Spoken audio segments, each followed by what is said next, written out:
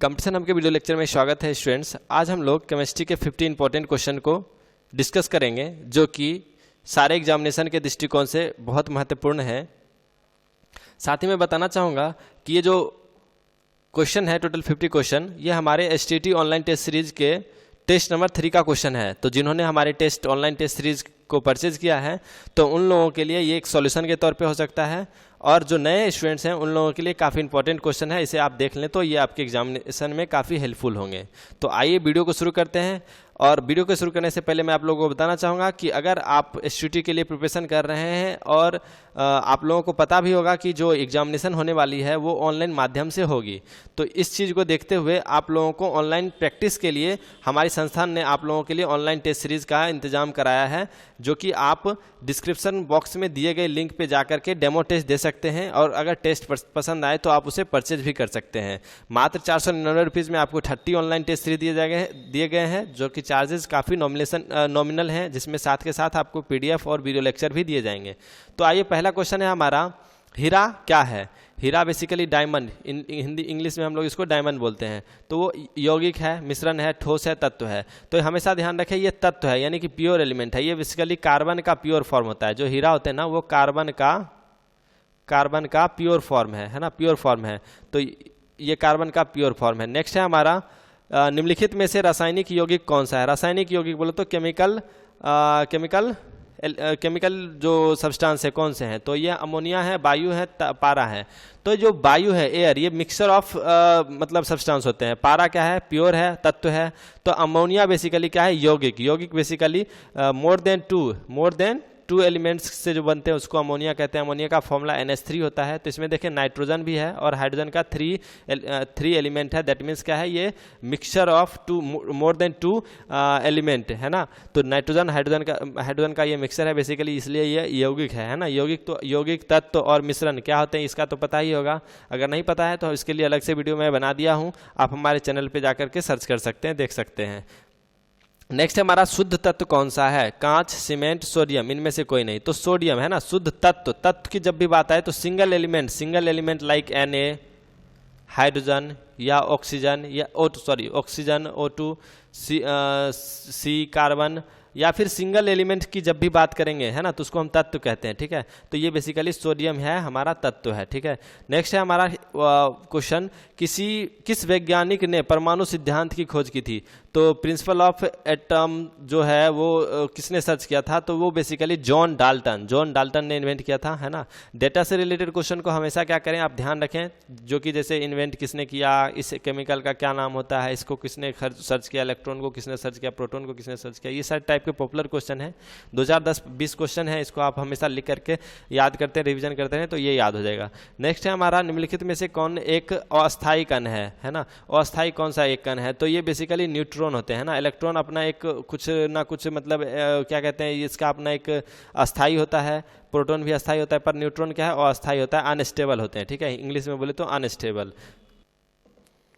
Next हमारा question है, निम्नलिखित में से कौन एक आवेश रहित कण है? आवेश रहित कण कौन सा है ना।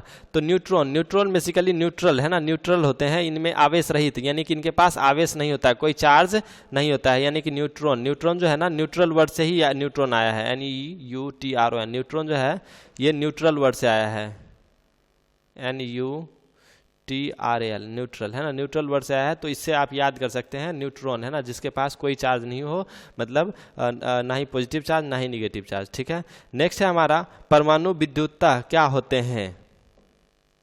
तो जो परमाणु विद्युत होते हैं बेसिकली इंग्लिश में बेसिकली हम इसको न्यूक्लियर पावर कहते हैं, इसको कहते हैं न्यूक्लियर पावर है ना, न्यूक्लियर पावर। तो ये बेसिकली ऋणात्मक धनात्मक द्विविधात्मक उदासीन, तो ये नेचुरल होते हैं, उदासीन होते हैं ना, ये ध्यान रखें। ऑप्शन 4 हमारा करेक्ट है। नेक्स्ट है हमारा, इलेक्ट्रॉन की खोज किसने की?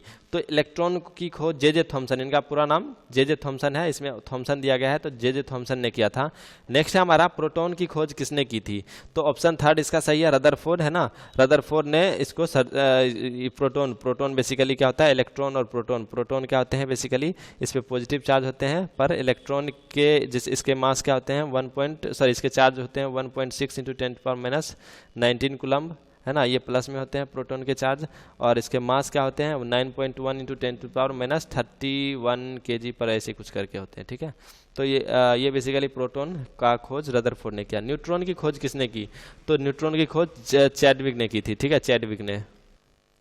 नेक्स्ट क्वेश्चन है हमारा, परमाणु भार का अंतर्राष्ट्रीय मानक क्या है ना, इंटरनेशनल सिस्टम में उसका क्या मतलब एटॉमिक वेट का क्या है वो है।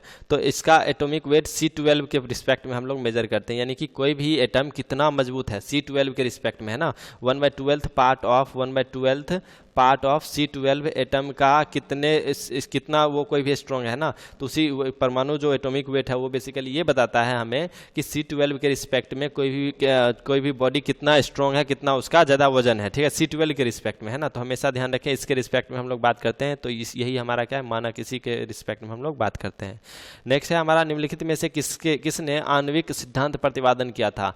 आणविक सिद्धांत का प्रतिपादन बेसिकली जॉन डाल्टन ने किया था, है ना। नेक्स्ट क्वेश्चन है, किसी परमाणु के बाह्यतम कक्षा में कितने इलेक्ट्रॉन रह सकते हैं। तो ये हमारा जो ऑप्शन है 10, 8, 6, 20, तो हमारा 8 है ना। हमेशा ध्यान रखें आउटर मोस्ट ऑर्बिट में या तो 2 इलेक्ट्रॉन हो सकते हैं, या 8 हो सकते हैं, या 18 हो सकते हैं, या 32 हो सकते हैं, ठीक है। तो ये 2, 8, 8, 18, 32, ये ध्यान रखें, इसी सब में से कोई वैल्यू हो सकते हैं, ठीक है। तो ये हमारा ऑप्शन क्या है, बी करेक्ट है। नेक्स्ट है 15, सोडियम अणु परमाणु को कोर इलेक्ट्रॉन की संख्या कितने होते हैं। तो ऑप्शन जो है हमारा इसका, तो जो सोडियम के आउटर मोस्ट ऑर्बिट में इलेक्ट्रॉन होते हैं वो 11 होते हैं, ठीक है। आउटर मोस्ट इलेक्ट्रॉन की संख्या, है ना, क्या होती है कोर इलेक्ट्रॉन में बेसिकली 11 होते हैं, ठीक है। नेक्स्ट क्वेश्चन है हमारा 16, परमाणु का द्रव्यमान किन मौलिक कणों पर निर्भर करता है। तो किस मौलिक, तो ये बेसिकली ऑप्शन सी यानी न्यूट्रॉन और प्रोटॉन के उस पर द्रव्यमान पे निर्भर करते हैं। इसको ऐसे समझें कि जो हमारा एटम होता है, ठीक है, एटम होता है, उसके बीच में एक न्यूक्लियस होते हैं, ठीक है। इसको पॉजिटिव चार्ज से डिनोट करते हैं बिकॉज इसमें, और इस जो न्यूक्लियस होता है ना, इस न्यूक्लियस में, यानी कि ये जो हमारा न्यूक्लियस है इसमें बेसिकली न्यूट्रॉन प्लस प्रोटॉन होते हैं। क्या होते हैं, न्यूट्रॉन प्लस प्रोटॉन। और ऐसा बताया जाता है कि जो मास ऑफ किसी भी एटम्स का जो मास होता है वो बेसिकली न्यूक्लियस के कारण होता है। किसके कारण होता है, न्यूक्लियस के कारण। और चूंकि न्यूक्लियस में क्या होते हैं, न्यूट्रॉन और प्रोटॉन होते हैं, तो ऑब्वियसली हमारा ऑप्शन क्या है, सी करेक्ट है। तो परमाणु द्रव्यमान किन मौलिक कणों पर निर्भर करता है, तो वो न्यूट्रॉन और प्रोटॉन पर पड़ता है। और इलेक्ट्रॉन ध्यान रखें इसके आउटर मोस्ट ऑर्बिट में, यानी कि ये जो सर्किल बना हुआ है इसके चारों तरफ इलेक्ट्रॉन इसके चारों तरफ चक्कर लगाते रहता है, ठीक है। नेक्स्ट है हमारा क्वेश्चन, अनिश्चितता के सिद्धांत का प्रतिपादन, अनिश्चितता है ना, अनिश्चितता अनसर्टेनिटी प्रिंसिपल, इसको बेसिकली इंग्लिश में कहते हैं अनसर्टेनिटी प्रिंसिपल का प्रतिपादन किसने किया। तो ये ध्यान रखें हेजन्सबर्ग, है ना, हेजन्सबर्ग ने दिया था, जिसमें अगर आप 12th में पढ़े होगे तो साई वगैरह वगैरह होते हैं ना, त्रिशूल टाइप का एक स्ट्रक्चर बना रहता है। हेजन्सबर्ग अनसर्टेनिटी प्रिंसिपल आपको 12th में पढ़ना होता है केमिस्ट्री में, ठीक है। तो ये हेजन्सबर्ग ने दिया था, ठीक है। नेक्स्ट क्वेश्चन है हमारा नाभिक की खोज रदरफोर्ड ने किन कणों की सहायता से की। नाभिक की खोज रदरफोर्ड ने किन कणों की सहायता से की। तो ये ध्यान रखें बेसिकली क्या था, अल्फा, है ना, अल्फा किरण। इसमें क्या किया गया था, इस प्रयोग में अल्फा किरण को, है ना, अल्फा पार्टिकल्स को एक गोल्ड फॉइल रखा गया। गोल्ड फॉइल मतलब सोना का एक टुकड़ा ऐसे यहाँ रखा गया, और इसको अल्फा पार्टिकल यहाँ पे इस पर बम्बार्डिंग किया गया। बम्बार्डिंग मतलब इस पर कंटिन्यूसली लाइट के फॉर्म में होता है ना, ये रे के फॉर्म में होता है, इस पर डाला गया, ठीक है। उसमें देखा गया कि जो पार्टिकल्स के जो होते हैं ना, पार्टिकल्स के इसके ज़्यादातर जो रे होते हैं क्या हो जा रहे हैं कि वो डेविएट हो जा रहे हैं, मतलब सॉरी ज़्यादातर रे क्या हो जा रहे हैं, हाँ डेविएट हो जा रहे हैं, ऐसे करके जा रहे हैं और ऐसे डेविएट होते जा रहे हैं, ऐसे डेविएट होते जा रहे हैं, ठीक है। और कुछ पार्टिकल्स उन्होंने देखा कि जो सीधा है ना, बीच से इस गोल्ड फाइल के बीच से गया, वो वापस अपने पाथ पे रिटर्न हो रहा है। तो इससे ये पता चला था बेसिकली कि यहाँ पे इसके यानी कि इसके नाभिक में कुछ ना कुछ ऐसा है जिसके कारण क्या है, ये अल्फा पार्टिकल इसको क्रॉस नहीं कर पा रहा है।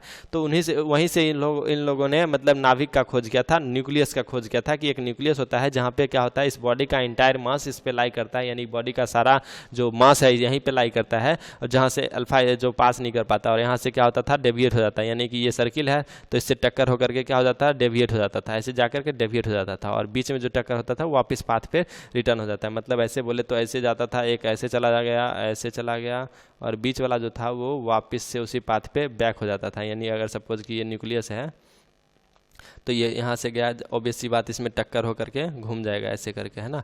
तो ये न्यूक्लियस है, ये अल्फा पार्टिकल है, ठीक है। तो इसमें अल्फा पार्टिकल का यूज़ किया गया था और इसमें गोल्ड फॉइल लिया गया था, एक बात ध्यान रखें, ठीक है। नेक्स्ट क्वेश्चन है नेक्स्ट क्वेश्चन है हमारा, किसी तत्व की रासायनिक प्रकृति निर्भर करती है ना। केमिकल जो वो है उस पे किस पे डिपेंड करता है, केमिकल उसका जो बिहेवियर किस पे डिपेंड करता है, तो ये संयोजी इलेक्ट्रॉन है ना, संयोजी इलेक्ट्रॉन इंग्लिश में, हिंदी में बोले सॉरी इंग्लिश में इसको वैलेंसी इलेक्ट्रॉन कहते हैं। वैलेंसी इलेक्ट्रॉन मतलब जैसे सोडियम का वैलेंसी इलेक्ट्रॉन 11 होता है, कार्बन का क्या होता है 6 होता है ना। बेसिकली आउटर मोस्ट ऑर्बिट में जितने इलेक्ट्रॉन होते हैं उसी को वैलेंसी इलेक्ट्रॉन कहते हैं। तो वैलेंसी इलेक्ट्रॉन ही डिसाइड करता है कि ये किस टाइप का एलिमेंट होगा, इसका केमिकल बिहेवियर क्या होगा, ठीक है। नेक्स्ट हमारा क्वेश्चन, किसी तत्व के रासायनिक गुण निर्भर करते हैं, तो ये पहला है हमारा परमाणु संख्या पर, परमाणु संख्या पर, परमाणु द्रव्यमान पर, परमाणु भार पर। तो ये बेसिकली ऑप्शन क्या है, परमाणु संख्या पे है ना, एटॉमिक नंबर। एटॉमिक नंबर क्या है ना, बेसिकली एटॉमिक नंबर ही हमें ये बताता है कि इसके आउटर मोस्ट ऑर्बिट में कितना इलेक्ट्रॉन है। क्या बताता है कि एटॉमिक नंबर ही हमें बताता है कि उसके संयोजी इलेक्ट्रॉन कितने हैं। तो ये नहीं, दोनों बात बराबर ही है, संयोजी इलेक्ट्रॉन बोले या वैलेंसी इलेक्ट्रॉन बोले या फिर एटॉमिक नंबर बोले, तो ये दोनों आपस में बराबर ही हैं, ठीक है। नेक्स्ट क्वेश्चन है, निम्नलिखित में से किसे विभाजित नहीं किया जा सकता है, मतलब किसको खंडन नहीं किया जा सकता, विभाजित नहीं किया जा सकता। तो ये बेसिकली फोटोन को हम लोग नहीं विभाजित कर सकते हैं। ऐसा क्यों, इसका कारण है कि ये बेसिकली सबसे लोएस्ट पैकेट ऑफ एनर्जी इनको माना जाता है, यानी कि इससे छोटे टुकड़े हम नहीं कर सकते हैं।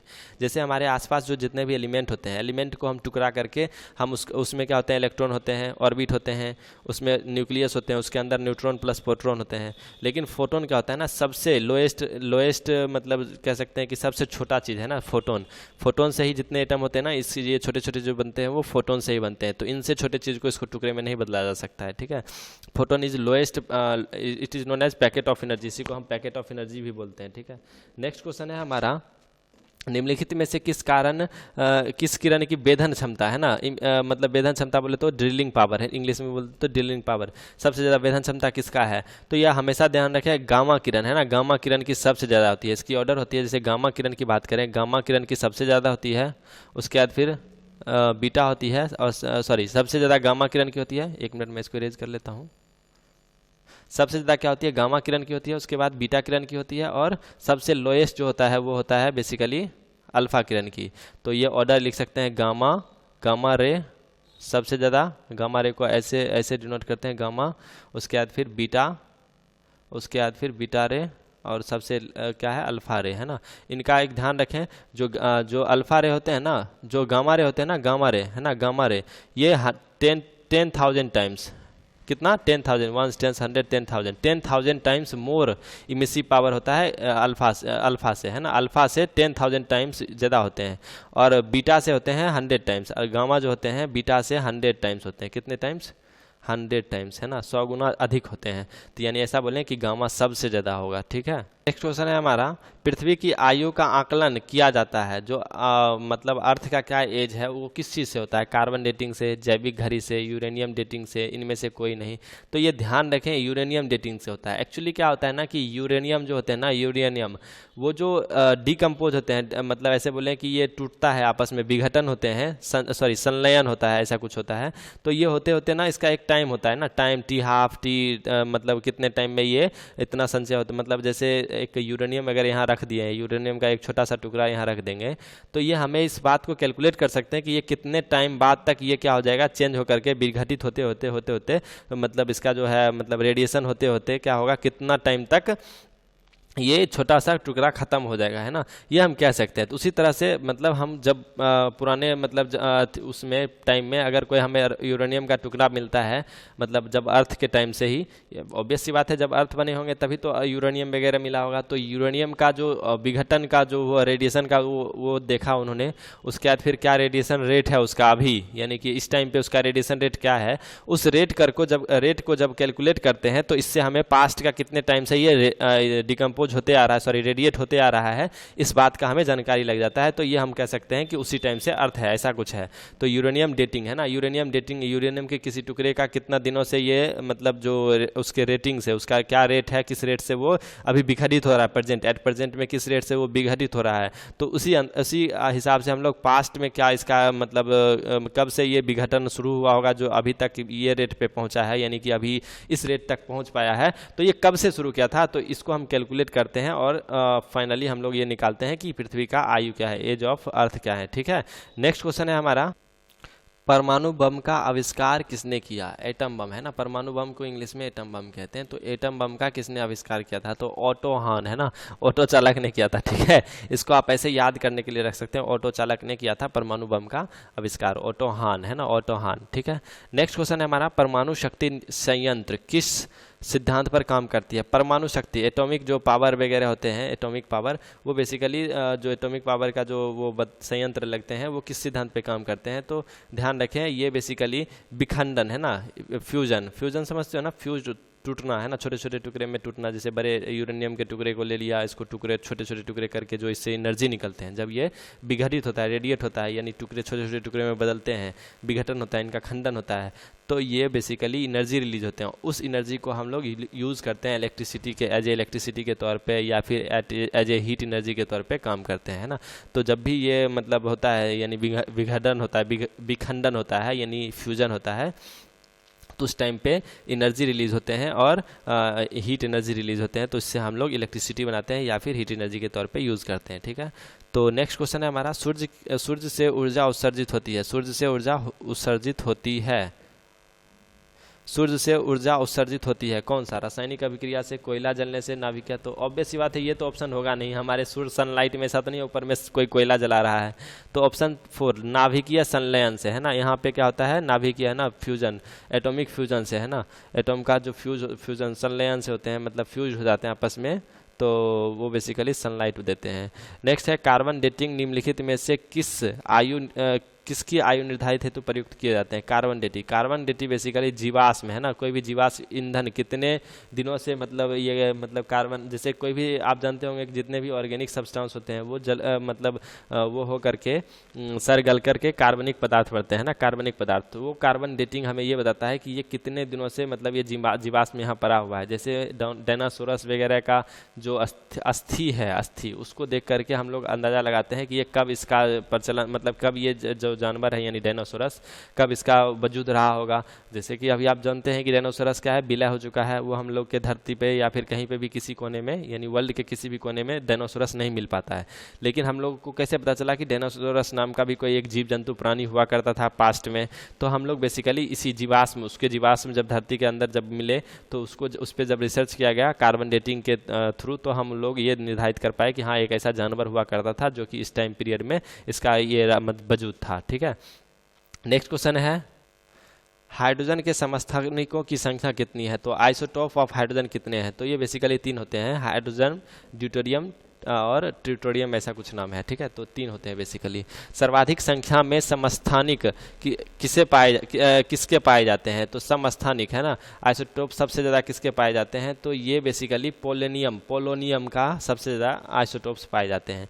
नेक्स्ट क्वेश्चन है हमारा, निम्नलिखित में से किसके उत्सर्जन से समभारिक उत्पन्न होते हैं? तो ये ध्यान रखें, बीटा किरण, बीटा पार्टिकल्स जब वो होते हैं तो उत्सर्जन होते हैं तो समभारिक है ना, आइसोबेरिक निकलते हैं। ठीक है, नेक्स्ट क्वेश्चन है हमारा, निम्नलिखित में से किस यौगिक की आकृति चतुष्फलकीय होती है? चतुष्फलकीय को इंग्लिश में कहते हैं टेट्राहेड्रल। क्या बोलते हैं? Tetrahedral, tetrahedral, tetrahedral. तो ये जो बेसिकली ऐसे होते हैं है ना, सपोज दैट ऐसे मैं स्ट्रक्चर बना दूं और ऐसे एक यहाँ पे एटम डाल दूं, एक इससे चारों कॉर्नर से मिला दूं, तो इसको चतुष्फलकीय कहते हैं। क्या कहते हैं? चतुष्फलकीय। तो पहला है हमारा जल का H2O फॉर्मूला आता है, आप जानते ही होंगे। तो H2O में जो होता है वो ऐसे होता है और हाइड्रोजन ये दोनों एक साइड होते हैं, तो ये बेसिकली V शेप या बेंट शेप होते हैं। ठीक है, अमोनिया में NH3 जो होते हैं वो NH3 में एक हाइड्रोजन यहाँ होता है, एक नीचे होता है और एक ये होता है, तो ये ट्राइगोनल प्लेनर होते हैं। ठीक है, एसिटिलीन जो होते हैं वो basically HC triple bond CH, acetylene इसको कहते हैं। एसिटिलीन बेसिकली लीनियर स्ट्रक्चर होते हैं। और कार्बन टेट्राक्लोराइड मतलब CCl4 है ना, CCl4 जो होते हैं, जैसे कार्बन, इसमें यहाँ कार्बन होते हैं और चारों कॉर्नर पे क्लोरीन होते हैं, तो ये बेसिकली चतुष्फलकीय होते हैं इनके स्ट्रक्चर है ना। और एक और सिमिलर एग्जांपल बताता हूँ, CH4 भी चतुष्फलकीय होते हैं, टेट्राहेड्रल होते हैं, इसका भी एग्जांपल आप ध्यान रखें। चतुष्फलकीय मीन्स टेट्राहेड्रल शेप पूछ रहा है। नेक्स्ट क्वेश्चन है हमारा, प्राकृतिक गैस में मुख्यतः क्या रहता है? प्राकृतिक गैस में मुख्यतः मेनली जो है ना, नेचुरल गैस में बेसिकली क्या होते हैं, वो मीथेन होते हैं ना। मीथेन का फॉर्मूला होता है CH4। अभी मैंने बताया था इसका स्ट्रक्चर क्या होता है, टेट्राहेड्रल। क्या होता है? Tetrahedral. CH4 methane. Next question है गोबर गैस में मुख्यतः क्या होगा। अगेन गोबर गैस क्या है, नेचुरल गैस है, नेचुरल गैस में क्या होंगे, मीथेन होंगे, ठीक है, ऑप्शन ए करेक्ट है। नेक्स्ट क्वेश्चन है अम्ल और क्षारों की अभिक्रिया के फलस्वरूप बने पदार्थ को क्या कहते हैं, तो वो बेसिकली लवण होता है। लवण मतलब सॉल्ट है ना, सॉल्ट। ध्यान रखें जब भी एसिड प्लस बेस है ना, अम्ल या क्षार, इसी को क्या कहते हैं, इसको अम्ल कहते हैं, इसको क्षार कहते हैं। जब ये रिएक्ट करेगा तो ये हमेशा सॉल्ट बनता है। क्या बनता है, सॉल्ट बनता है। ध्यान रखें हमेशा, है ना, एसिड और बेस का रिएक्शन क्या बनाता है, सॉल्ट बनाता है, लवण बनाता है। तो ऑप्शन ए हमारा क्या होगा, करेक्ट हो गया। नेक्स्ट क्वेश्चन है हमारा अमोनियम क्लोराइड का जलीय विलयन होता है। अमोनियम क्लोराइड का जो जलीय विलयन क्या होता है ना, तो वो बेसिकली क्षारीय होता है ना, क्षारीय बेसिक होता है। Ammonium chloride basically ammonium NH3Cl है ना, NH3 ammonium NH2Cl ammonium chloride. तो ये बेसिकली NH2 वगैरह Cl, या ये समझे कि NH3 से NH3 प्लस Cl2 को जो ऐड करेंगे तो ये अमोनियम क्लोराइड बनता है। तो ये बेसिकली क्षारीय होते हैं ना, क्षारीय बोले तो बेसिक होते हैं। और बेसिक क्यों होते हैं भाई, तो इसके एक्सप्लेनेशन में इसके नंबर ऑफ नाइट्रोजन के पास लोन पेयर होते हैं, that means number of electron होते हैं ना इसके पास एक्स्ट्रा होते हैं, और जिसके पास ज़्यादा इलेक्ट्रॉन होते हैं ना उसको बेस कहते हैं, और जिसके पास कम इलेक्ट्रॉन होते हैं उसको एसिड कहते हैं, ठीक है, ऐसे भी याद कर सकते हैं। नेक्स्ट क्वेश्चन है हमारा, ये अगेन डाटा बेस्ड क्वेश्चन है, किसी समान व्यक्ति के रक्त का पीएच स्तर क्या होता है।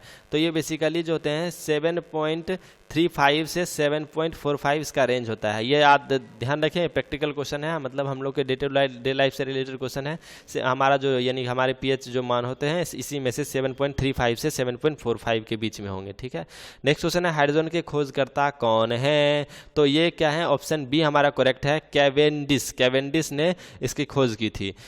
अच्छा, आपको कभी लगता होगा कि ये सब चाइनीज नाम कहाँ से ले आते हैं ना, कैवेंडिश, रदरफोर्ड, थॉमसन। अरे भाई साहब, हम लोग के इंडियन में देखो कितने शरीफ मनीष, सुरेश, प्रभात, कैसे शरीफ वाले नाम होते हैं ना। ऐसे मैं अपने नाम का बड़ाई कर रहा हूँ, डोंट वरी। नेक्स्ट क्वेश्चन है हमारा, किसी तत्व को रसायन में आवारा तत्व की संज्ञा। आवारा कौन है भाई, आवारा कौन है, आवारा क्या है, हम हैं, आप हैं, है ना, हम लोग तो आवारा ही है ना बेसिकली। बेसिकली हाइड्रोजन है ना, हाइड्रोजन आवारा होते हैं। ऐसा किस लिए, क्योंकि हाइड्रोजन बेसिकली क्या नॉन मेटल है, मेटल है, या फिर इसके जो है ना इसकी क्या मतलब क्या रासायनिक गुण है, ये क्या है, मतलब इसके बारे में कुछ पता ही नहीं चल पाया। इस वजह से अभी तक पीरियोडिक टेबल में इसका स्थान है ये फिक्स नहीं हुआ है। ऐसे तो इसको एक नंबर पे आप देखते होंगे लिखा हुआ रहता है एटॉमिक नंबर के बेस पे, बट ये मेटल नॉन मेटल के आधार पे देखा जाए तो ये सूट नहीं करता है। इसका अभी तक जो मतलब प्लेस है ना, ये फिक्स नहीं हुआ कि इसको किस कैटेगरी में रखा जाए, इसको मेटल के कैटेगरी में रखा जाए, कि इसको नॉन मेटल के कैटेगरी में रखा जाए, या इसके एटॉमिक नंबर के हिसाब से अगर सजाया जाए तो इसको कहाँ पे रखेंगे। तो ये बेसिकली 1 पे आएगा, लेकिन अभी तक ये डिसाइड नहीं कर पाए हम लोग कि इसका ओरिजिनली इसको हम कहाँ पे सही से रख सकते हैं। तो ये क्या है, आवारा अभी तक भटक ही रहा है बेचारा, इसकी आत्मा अभी तक भटक रही है। नेक्स्ट क्वेश्चन है, निम्नलिखित में से कौन अधातु नहीं है। अधातु बोले तो नॉन मेटल नहीं है ना। तो ये बेसिकली ऑप्शन क्या है हमारा, एल्युमिनियम। एल्युमिनियम क्या है, अधातु नहीं है, अधातु नहीं है। ये बेसिकली धातु है, अधातु नहीं है तो क्या है, ये धातु है। एल्युमिनियम ऑब्वियसली हम लोग कहते भी है ना, एल्युमिनियम मेटल होता है। एल्युमिनियम हो गया, गोल्ड हो गया, कॉपर हो गया, ये सब क्या है, मेटल है, ठीक है। नेक्स्ट क्वेश्चन है, पौधे नाइट्रोजन को किस रूप में लेते हैं। तो ये जो है ये हमारा क्या है, नाइट्रेट्स के फॉर्म में लेते हैं। किस फॉर्म में लेते हैं, नाइट्रेट्स के फॉर्म में लेते हैं, ठीक है। नेक्स्ट क्वेश्चन है हमारा, निम्न में से कौन एक परमाणविक गैस है ना, एक परमाणविक गैस कौन है। तो ये बेसिकली इसका हीलियम है ना। एक परमाणविक गैस होते हैं ना, एक परमाणविक गैस क्या है, तो जो एक परमाणविक गैस है वो बेसिकली हीलियम को कहते हैं ना। हीलियम जो होता है He है ना, H इसके एटॉमिक नंबर 2 होते हैं। ये नोबेल गैस होता है, इसी चीज़ को हम अक्रिय गैस भी कहते हैं। ये रंगहीन गंधहीन गैस है, मतलब इसके ना ही कलर होते हैं या ना ही ऑर्डरलेस, यानी ऑर्डरलेस मतलब गंधहीन, इसके कोई गंध नहीं होते हैं। तो हीलियम बेसिकली क्या है, अक्रिय गैस है या एक परमाणविक गैस है, ठीक है।